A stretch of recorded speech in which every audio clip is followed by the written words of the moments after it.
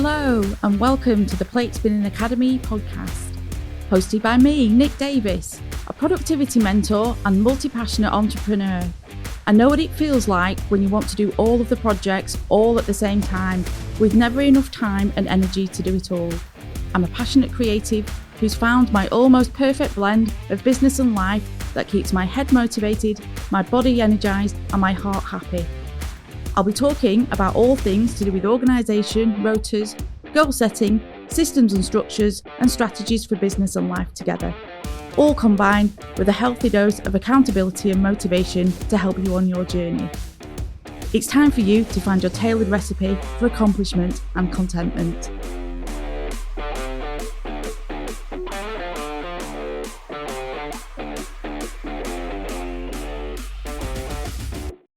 Hello, welcome to today's episode. Today I'm going to be talking about carving out your creative time and why it's so important. So a few years ago, I've been self-employed for a very long time, but it has changed throughout the years. And I used to be what you'd now call professional reseller. I was basically an eBay wheeler dealer. I would go and buy collectibles at the car boot and antiques fairs, and I would resell them on eBay for a profit. And I did this for quite a few years, and then I got involved in selling new items. So I got some supplier accounts, and I started doing that. And then I fell into furniture painting, which tied in beautifully with what I was doing. And I completely fell into furniture painting. I absolutely loved it. I loved the transformation. I loved the creativity. I hated working with white and beige. I hated it. There's too much prep. I loved working with colour, and I loved working with different textures, trying out different things. And I've always been a creative. I've always made something. My self-employment journey started way back, years and years ago, with a jewellery making course. And I got to the point where I was like, well, I could maybe make this stuff to sell, or I could buy beads in bulk, because they worked out way too expensive buying them individually. So I would buy them in bulk and then split them down, use what I wanted, and sell the rest on eBay. So I was already making money from them. So why not run it as a business as well? But getting back to the furniture painting, kind of 2014 time, that's when I really fell into it. And that was around about that time that I then became full-time mum to my stepchildren after they lost their mum. And it actually helped me so much to get through those times. The furniture painting helped me to get through some pretty chaotic times. It was my time out. It was time for me just to be me. I would just paint. I wouldn't listen to any music. It was my meditation. It was me slowly processing what was actually going on in my life and what was changing and how I was dealing with it. And it was something that I felt in control of as well. So kind of fast forward a few years, by this point I'd had a shop. And then when the shop closed, because it just wasn't viable really for me to be there all of the time, I ran concession stores at my local antique centre, and then had a heart attack in early 2020, and that put paid to everything. I didn't have the physical capacity to lug around sideboards anymore, or Welsh dressers or anything like that. So that was January 2020, and then March 2020, and we all know what happened then. Everyone went into lockdown, and all of a sudden, I was homeschooling. I was homeschooling the four youngest, and creativity got put on the back burner. I was busy building my online business, and I thought, it's okay. I knew things had to change. This is my path. It's okay. I can give up my creative work for this, because I could see the potential in it.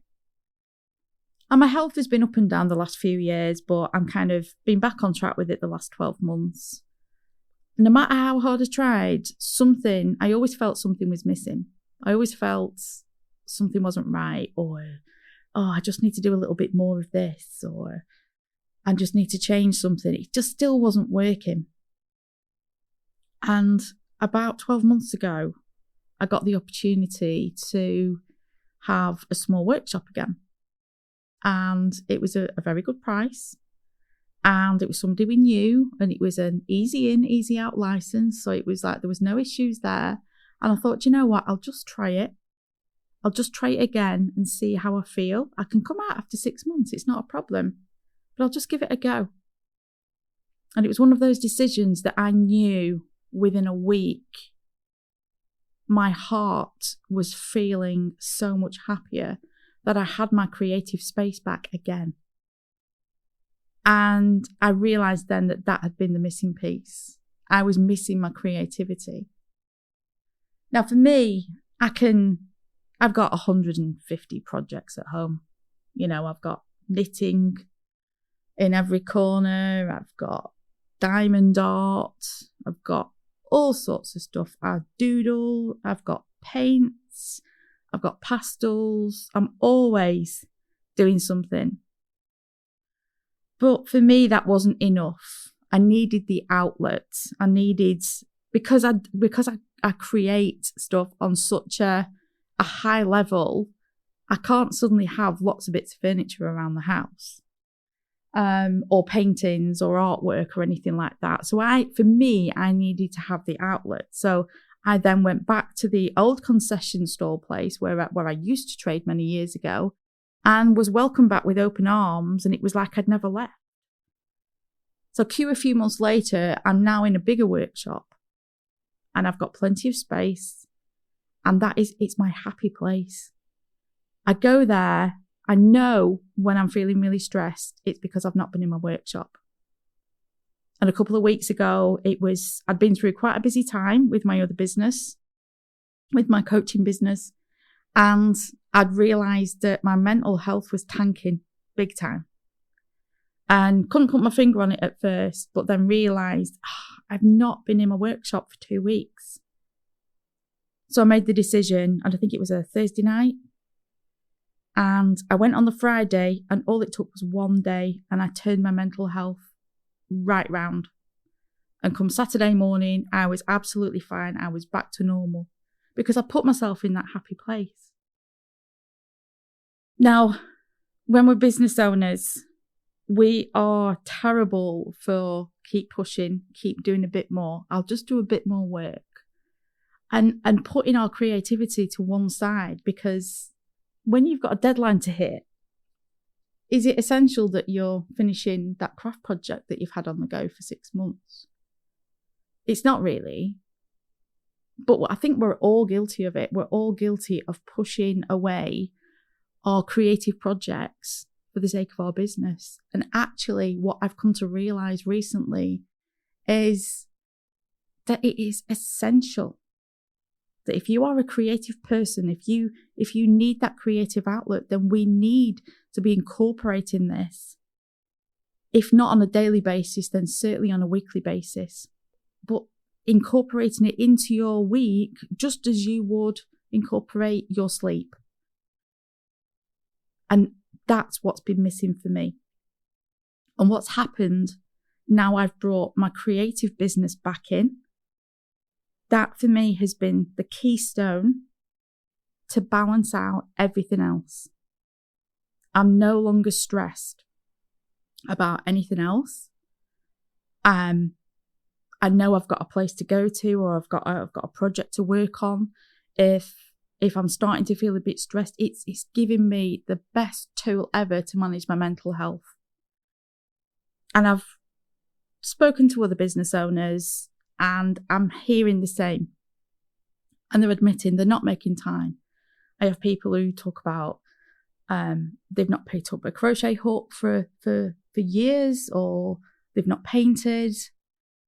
And they need accountability for it. They need somebody to kind of tap them on the shoulder and go, do you know what? You've not done this for a while. Why don't you sit down for half an hour and do this? And I realised that that's what was missing for me. And I thought, right, okay, well, I can do something about this. So I've actually created myself a little Facebook group. It's called Carve Out Your Creative Time. It's only a small group. but it's a cracking little space. And I'm sharing my projects in there, whether it's knitting or I'm trying some new paint technique, or just whatever I've got going on. I've got doodles, I can't remember the name of them now. Zentangles, that sort of thing. I'm always, if I've not got a knitting needle in my hand, I've got a pen in my hand. If I've not got a pen in my hand, I've got a paintbrush in my hand, basically. And I'm sharing what I'm doing there, and other people are sharing in there as well. And it's their little bit of accountability, and it's their little bit of motivation to actually sit down and just remind themselves, actually, I do deserve a break. I do deserve to take some time out. Now, I'm not saying go and set up a creative business. I just know for me, that's what I need to do. But what I am saying is perhaps just get yourself a little sketch pad or try a little bit of crochet. There's loads and loads of tutorials online. I'm fascinated with these Instagram reels that have somebody doing pen drawings and then colouring them in. I can sit and watch them for hours. But that inspires me to try out my own. And I just feel like that is my meditation. My brain is completely empty when I am creating. And I don't listen to any music. I don't watch anything. I'm not the sort of person that can work on a creative piece and then watch TV at the same time. Unless it's knitting. I can do knitting because I don't really have to think about that. But if I'm painting, I need complete silence. But that's how I switch my brain off. So I can't sit and meditate. Don't ask me to sit there and zone out for 20 minutes and do a guided meditation or anything like that. It doesn't work for me. I know it works for some people. It just doesn't seem to work for me. But I found mine. I found the way that I can silence my brain. And it's through my creative time. So part of this whole managing your time journey and getting your life organised and getting what you're doing each week into some sort of order, for me, now it is a non-negotiable that I have this creative time in place. So I'm extending an invitation for you to come and join my group, Carve Out Your Creative Time. Come over and see what we're doing. Come and share your projects and come and ask any advice if you want to try something new or you want to bring something new to the table. We would love to have you there.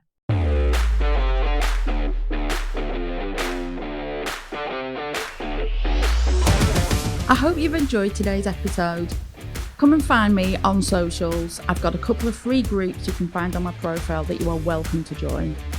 I'd love to hear more about what you'd like me to talk about on the podcast, and I would welcome your ideas for future episodes.